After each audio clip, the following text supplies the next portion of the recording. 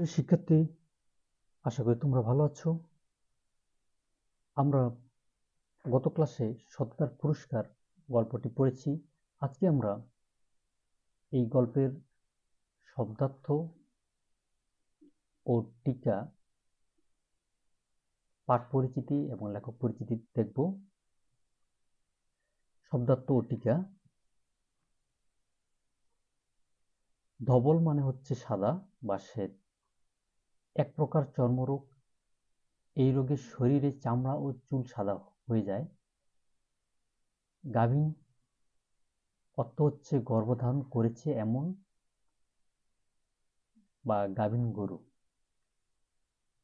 আমির মানে হচ্ছে ধনী, আরেকটি অর্থ হচ্ছে ধনবান। সর্বাঙ্গে, সর্বাঙ্গে মানে হচ্ছে সারা শরীরে বা সমস্ত দেহে। কসম শব্দের অর্থ হচ্ছে শপথ বা দিব্যি। স্বর্গীয় দূত শব্দের অর্থ হচ্ছে আল্লাহর বার্তাবাহক, আরেকটি অর্থ হচ্ছে সংবাদ বাহক। নূর শব্দের অর্থ হচ্ছে জ্যোতি, আরেকটি অর্থ হচ্ছে আলো। পুঁজি শব্দের অর্থ হচ্ছে সম্বল এবং আরেকটি অর্থ হচ্ছে মূলধন। দোহাই শব্দের অর্থ শপথ, আরেকটি অর্থ হচ্ছে কসম।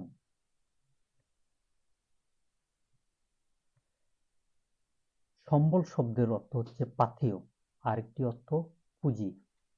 বেজার শব্দের অর্থ হচ্ছে অখুশি এবং আরেকটি অর্থ হচ্ছে অসন্তুষ্ট। এই পাঠের উদ্দেশ্য হচ্ছে সততা, পরোপকার ও নৈতিক মূল্যবোধ অর্জন। আমরা পাঠ পরিচিতি দেখি।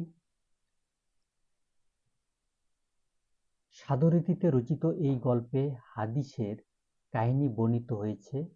এই গল্পের মূল বাণী হচ্ছে আল্লাহ মানুষকে পরীক্ষা করেন এবং সৎ লোককে যথাযথ পুরস্কার দেন। আরব দেশের ৩ জন লোককে পরীক্ষা করার জন্য আল্লাহ একজন ফেরেশতা পাঠান। এদের একজন ধবল রোগী, একজন টাকওয়ালা এবং আরেকজন অন্ধ। ফেরেশতার অনুগ্রহে এই ৩ জনেরই শারীরিক ত্রুটি দূর হলো। ৩ জনই সুন্দর, সুস্থ, স্বাভাবিক মানুষের চেহারা পেল।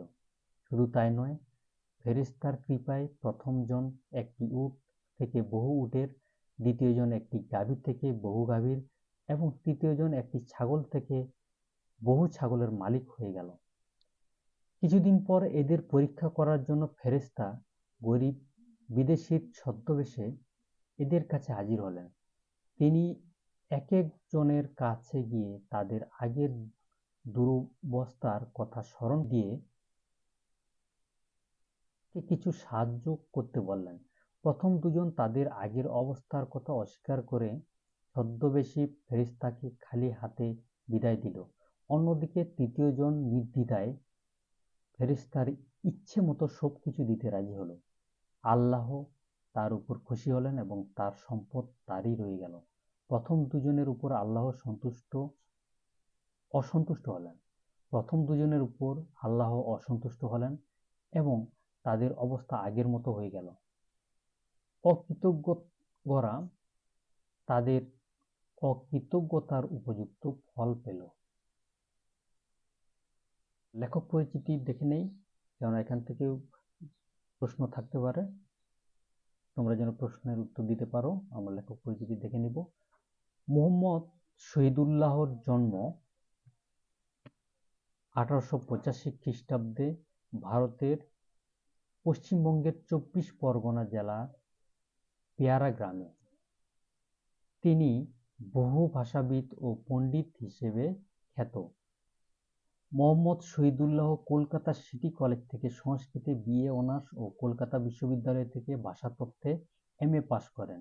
তিনি ছিলেন কলকাতা বিশ্ববিদ্যালয়ের ভাষাতত্ত্ব বিভাগের প্রথম ছাত্র। পরে তিনি প্যারিসের সোরবন বিশ্ববিদ্যালয় থেকে ডক্টর অব লিটারেচার ডিগ্রি লাভ করেন। বাংলা ভাষা ও সাহিত্যের ইতিহাস রচনায় তিনি অসাধারণ পাণ্ডিত্যের পরিচয় দিয়েছেন। বাংলা ব্যাকরণ রচনাতেও তার অবদান স্মরণীয়। কর্মজীবনে তিনি ঢাকা বিশ্ববিদ্যালয় ও রাজশাহী বিশ্ববিদ্যালয়ে বাংলা বিভাগে অধ্যাপনা করেছেন। ভাষা ও সাহিত্য নিয়ে গবেষণার স্বীকৃতি হিসেবে তিনি অনেক পুরস্কার পেয়েছেন। ছোটদের জন্য তার লেখা রচনাগুলোর মধ্যে উল্লেখযোগ্য হচ্ছে শেষ নবীর সন্ধানে ও গল্প মঞ্জুরি। তার সম্পাদনায় শিশু পত্রিকা আঙ্গুর প্রকাশিত হয়। বাংলা ভাষার আঞ্চলিক অভিধান সম্পাদনা তার অসামান্য কীর্তি। মোহাম্মদ শহীদুল্লাহ 1969 খ্রিস্টাব্দে ঢাকায় মৃত্যুবরণ করেন। ঢাকা বিশ্ববিদ্যালয়ে শহীদুল্লাহ হল প্রাঙ্গণে তাকে সমাহিত করা হয়। প্রিয় শিক্ষার্থী বন্ধুরা, আগামী ক্লাসে আমরা বহু নির্বাচনী প্রশ্নের উত্তর এবং সৃজনশীল প্রশ্ন উত্তর দেখব। ধন্যবাদ।